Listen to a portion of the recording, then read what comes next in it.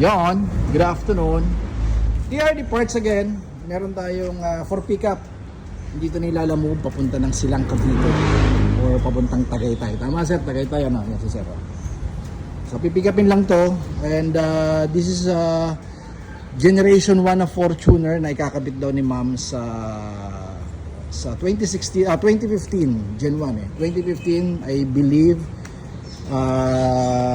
black edition na yon ng Fortuner. That was the last version ng Gen 1. Then naging Gen 2 na yung modelo na ng Fortuner natin ngayon.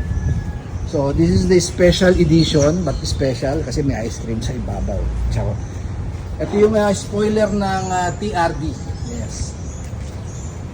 Factory paint to at kailangan natin pinturahan pa. Sila na magpipintura. Depende sa inyo kung gusto nyo ng body color o glossy black, which is yung gusto ngayon. Okay, itututo nyo, depende, pwede rin naman ituto.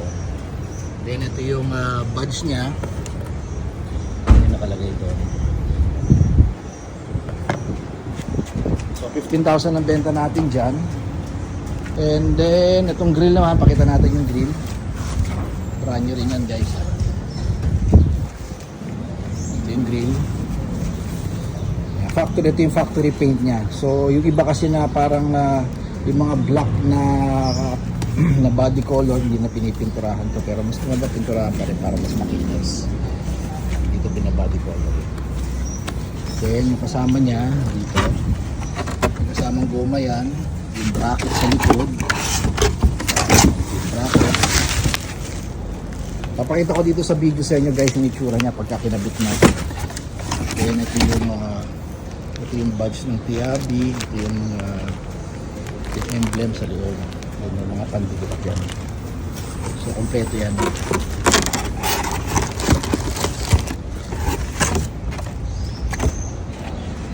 So ang presyo nito 16,000 yan guys, then 15,000 din sa spoiler natin. So papunta to ng Silang Cavite. So thank you kay ma'am Catriona yan. Hindi ko nagkakamali. Ang pangalan ni ma'am?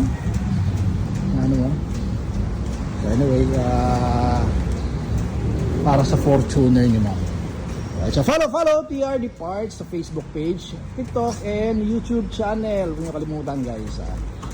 Don't settle for anything less. Toyota is still the best. Okay, follower natin guys, nasa ano na, nasa 46,000 na guys ha. So, laking bagay pagka medyo, alam nyo na, pag pinafollow nyo kami. Thank you all for watching.